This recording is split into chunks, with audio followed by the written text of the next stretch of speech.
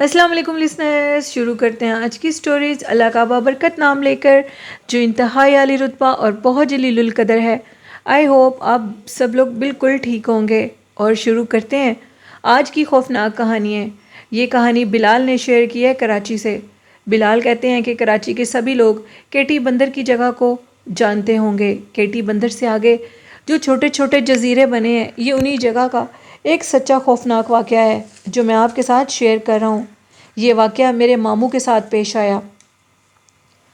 میرے ماموں کیٹی بندر سے آگے وہ جو چھوٹے چھوٹے جزیرے بنے ہیں، انہیں جزیروں پر کسی کام کے سلسلے میں گئے ہوئے تھے اور یہ سارا راستہ انہوں نے کشتی کے ذریعے عبور کیا۔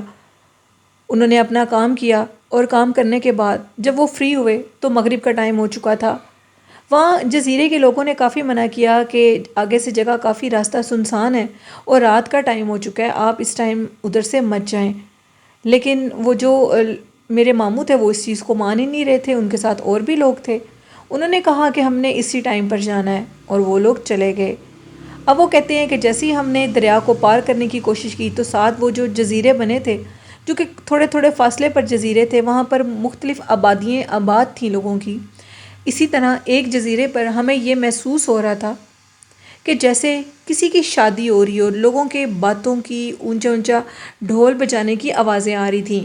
ہم نے دیکھا تو ایک جزیرے پر بہت زیادہ روشنی تھی اور یہ معلوم ہو رہا تھا کہ جیسے ادھر شادی ہو رہی ہو۔ ہم جیسے ہی اس جزیرے کے قریب گئے تو ہمیں وہاں پر اس دریا کے پاس جزیرے کے اوپر 3 سے 4 لوگ نظر آئے جو یہ کہہ رہے تھے کہ آ جاؤ اوپر، شادی ہو رہی ہے، تم لوگ دودھ پی کر جاؤ اور کھیر کھا کر جاؤ۔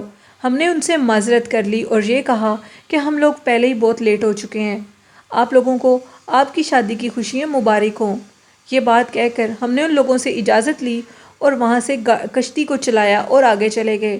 میں آپ کو یہ بتا دوں کہ میرے ماموں کشتی سے اتر کر اس جزیرے کے اوپر نہیں گئے تھے۔ وہاں پر جو لوگوں نے لباس پہنا تھا وہ بھی اچھا خاصا تھا۔ جیسے ہی ماموں آگے گئے تو انہوں نے تھوڑے ہی 2-3 منٹ کے فاصلے پر پیچھے سے پلٹ کر دیکھا تو وہ جزیرہ بالکل غیر آباد تھا۔ وہاں پر نہ تو کوئی انسان تھا، نہ انسان کا کوئی نام و نشان، یعنی کہ وہ جگہ غیر آباد تھی۔ وہاں پر جنات تھے اور وہ شادی اس ٹائم جنات کی ہی ہو رہی تھی۔ اگر ماموں لوگ ادھر چلے جاتے تو نہ جانے ان کا کیا حال ہوتا۔ یہ سٹوری تھی بلال کی۔ بہت شکریہ بلال۔ بڑھتے ہیں آج کی دوسری خوفناک کہانی کی طرف۔ یہ خوفناک کہانی آصف نے شیئر کی ہے۔ آصف کہتے ہیں کہ میں آپ کے ساتھ جھیل سیف الملوک کا ایک سچا خوفناک واقعہ شیئر کرنا چاہتا ہوں جو کہ میری زندگی کے اوپر مبنی ہے۔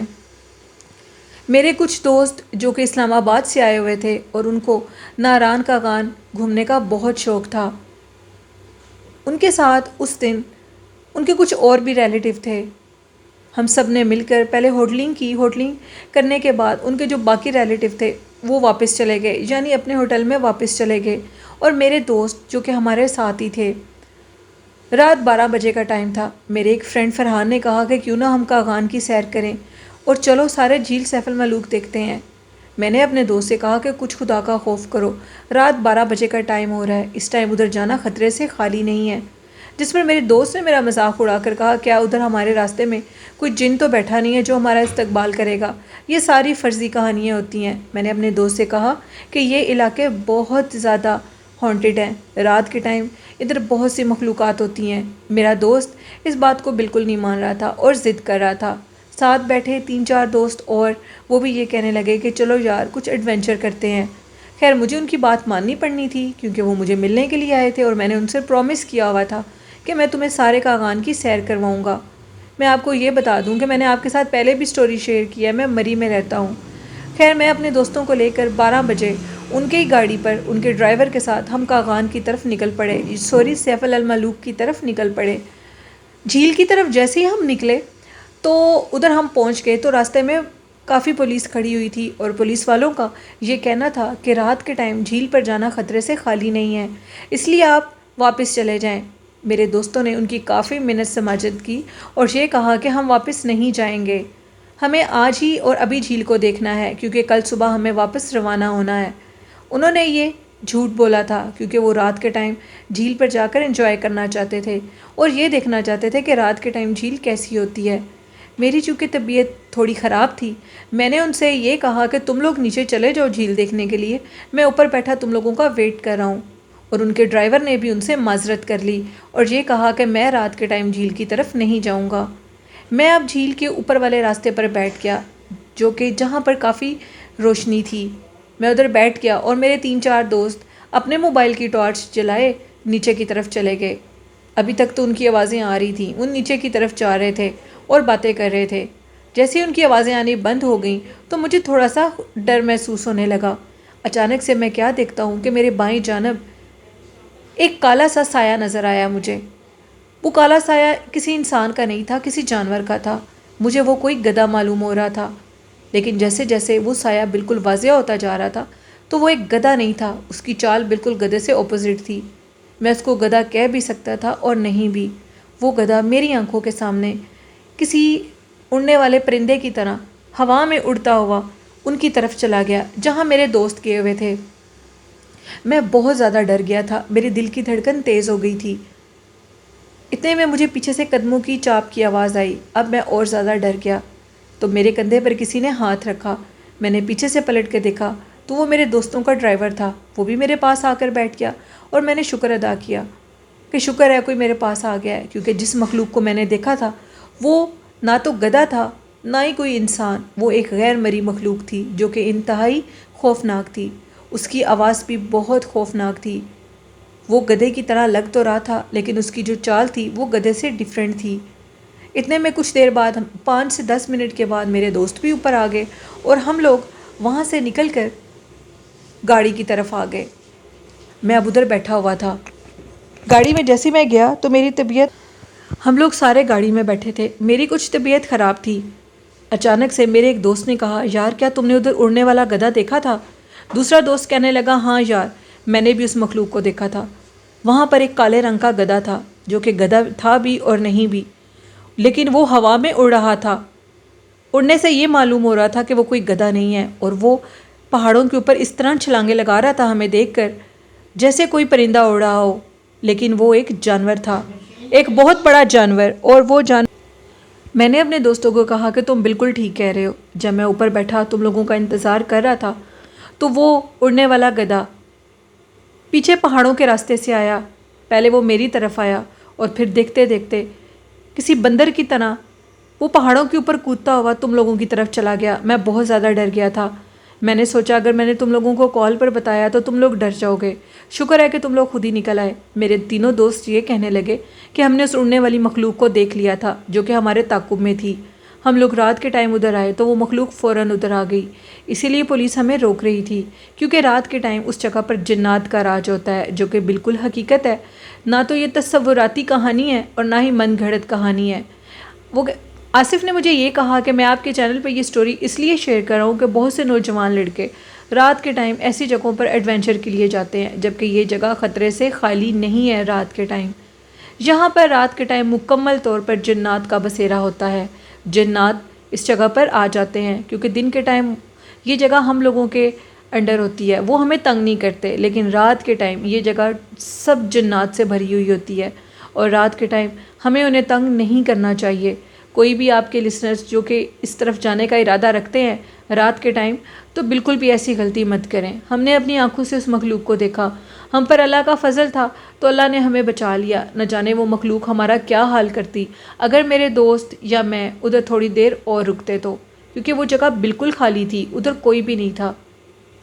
یہ ایک سٹوری تھی آصف کی۔ آصف کہتے ہیں کہ میں اور بھی دلچسپ سٹوریاں جو کہ حقیقت پر مبنی ہوں گی اور آپ کے لسنرز کے لیے وہ ہوں گی جن سے وہ سبق سیکھیں گے، میں ضرور شیئر کروں گا۔ بہت شکریہ آصف آپ کا۔ بڑھتے ہیں آج کی آخری خوفناک سٹوری کی طرف۔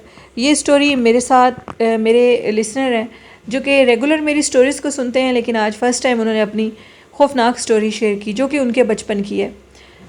میرے لسنر کا نام ثاقب ہے اور وہ کہتے ہیں کہ ایک خوفناک واقعہ ہے جو کہ میری امی آج بھی مجھے سناتی ہیں تو ان کے رونگٹے کھڑے ہو جاتے ہیں۔ خوفناک، دہشتناک اس واقعے سے میری امی اس قدر خوف زدہ ہوتی ہیں کہ میں آپ سے بیان نہیں کر سکتا۔ ثاقب کہتے ہیں کہ امی نے یہ جو واقعہ مجھے سنایا میں انہی کی زبانی آپ کو سنا رہا ہوں۔ ایک دن میرا بچہ بہت زیادہ رو رہا تھا۔ گرمیوں کے دن تھے اور میں اسے صحن سے اٹھایا اور رات کے ٹائم چھت پر لے گئی، شاید کھلی فضا میں بچے کا دل بہل جائے۔ لیکن بچہ تو بالکل خاموش ہونے کے قریب نہیں آ رہا تھا، اور زیادہ رو رہا تھا۔ میں اس کو چھت پر لوری سنا رہی تھی اور ساتھ ساتھ بہلا رہی تھی۔ اب وہ تھوڑا سا بہل تو رہا تھا، تو میں اس کو دیوار کی طرف لے گئی اور باہر گلی سے جھانک کر دیکھنے لگی۔ مجھے دور سے ایک عورت بھاگتی ہوئی نظر آئی۔ وہ عورت بالکل اب میرے قریب آ چکی تھی۔ جیسے وہ میرے قریب آئی تو اس کا قد آسمان کو چھو رہا تھا اور بالکل میرے مقابلے میں آ کر کھڑی ہو گئی اور مجھے یہ کہنے لگی کہ اپنا بچہ مجھے دے دو۔ اسے دیکھ کر میرے رونگٹے کھڑے ہو چکے تھے، میں ساکت ہو چکی تھی۔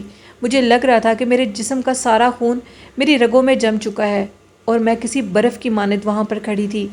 اس عورت کو دیکھ کر میرا بچہ سہم گیا اور میرے گلے سے لگ گیا۔ وہ خوفناک بلا، وہ جنی جو کہ آسمان کو چھو رہی تھی، ایک بدصورت شکل میں تھی اور کہنے لگی، لاؤ نا، بچہ دے دو مجھے، بہت زیادہ رو رہا ہے، اس کو لینے کے لیے آئی ہوں۔ اللہ جانے اللہ کی کیسی رحمت مجھ پر ہوئی کہ اچانک سے میری زبان سے آیت الکرسی جاری ہو گئی۔ آیت الکرسی کا ورد سن کر وہ عورت کچھ قدم میرے سے پیچھے ہٹ گئی۔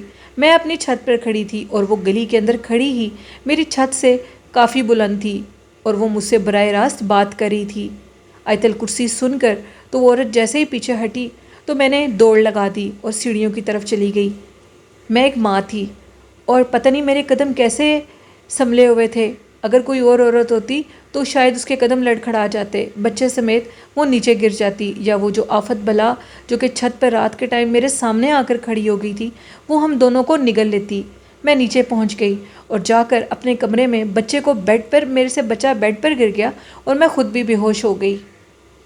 جب مجھے ہوش آئی تو مجھے بہت تیز بخار تھا اور میرا بچہ سہما ہوا تھا۔ خیر، ہمیں کسی اللہ والے کے پاس لے جایا گیا، ان کو ساری بات بتائی۔ انہوں نے کہا کہ کبھی بھی اپنے بچوں کو رات کے ٹائم چھت پر یا لان میں یا گلیوں میں مت لے کر جائیں۔ جو پیدائشی بچے ہوتے ہیں یا جو بچے 5 سے 6 سال کے قریب ہوتے ہیں، 5 سال کی حدود میں جتنے بھی بچے ہوتے ہیں، ان کو کبھی بھی رات کے ٹائم چھتوں پر، لانس میں یا یہ جو ہوتے ہیں پارکس ہوتے ہیں، ادھر مت لے کر جایا کریں، کیونکہ یہ مخلوقات آزاد ہوتی ہیں اور بچوں کا دل نکال لیتی ہیں۔ تمہاری زندگی اچھی تھی اور تم بچ گئی، نہیں تو اس ڈائن نے تمہیں اور تمہارے بچے کا دل نکال لینا تھا۔ میں نے ایسی غلطی دوبارہ نہیں کی۔ یہ کہانی تھی ثاقب کے بچپن کی۔ ثاقب کہتے ہیں کہ امی آج بھی مجھے یہ سٹوری سناتی ہیں تو ان کے رونگٹے کھڑے ہو جاتے ہیں، ان کے ہاتھ پاؤں کانپنے لگ جاتے ہیں۔ تو میں آپ سب کو یہ میسیج دیتا ہوں کہ اپنے بچوں کو بالکل بہلانے کے لیے رات کے ٹائم چھتوں پر یا رات کے ٹائم خالی پارک میں، پلاٹ میں یا باہر گلی میں مت لے کر جایا کریں، کیونکہ ایسی مخلوقات آزاد ہوتی ہیں۔ میری قسمت اچھی تھی کہ میں بچ گیا۔ اللہ پاک سب کے بچوں کو اپنے حفظ و ایمان میں رکھے، آمین۔ تو یہ تھیں آج کی کچھ خوفناک کہانیاں۔ لسنرز کیسی لگیں آپ کو؟ اپنا فیڈ بیک مجھے ضرور دیجیے گا۔ اور آج کا اچھا میسیج ہے کہ اپنی نیت کو ہمیشہ اچھا رکھیں اور اپنی زبان کو بھی۔ اپنے والدین کی خدمت کریں، اللہ اور اللہ کے حبیب صلی اللہ علیہ وسلم سے سچی محبت کریں، نماز، درود شریف اور نماز کو اپنی زندگی کا حصہ بنا لیں، تو انشاءاللہ کامیابیاں ہمارے قدم ضرور چومیں گی۔ لسنرز، قرآن پاک کی تلاوت ضرور کیا کریں۔ قرآن پاک جس گھر میں پڑھا جاتا ہے، کہتے ہیں کہ اس گھر میں جنات جیسی آفت ہمیں کوئی نقصان نہیں دے سکتی۔ آئی ہوپ اس پر آپ عمل کرتے ہوں گے، اور اپنی ہوسٹ نیلم یاسین کو اجازت دیجیے اور میرے چینل کو زیادہ سے زیادہ سبسکرائب، لائک اور شیئر کریں۔ مجھے آپ کی سپورٹ کی ضرورت ہے۔ اللہ حافظ۔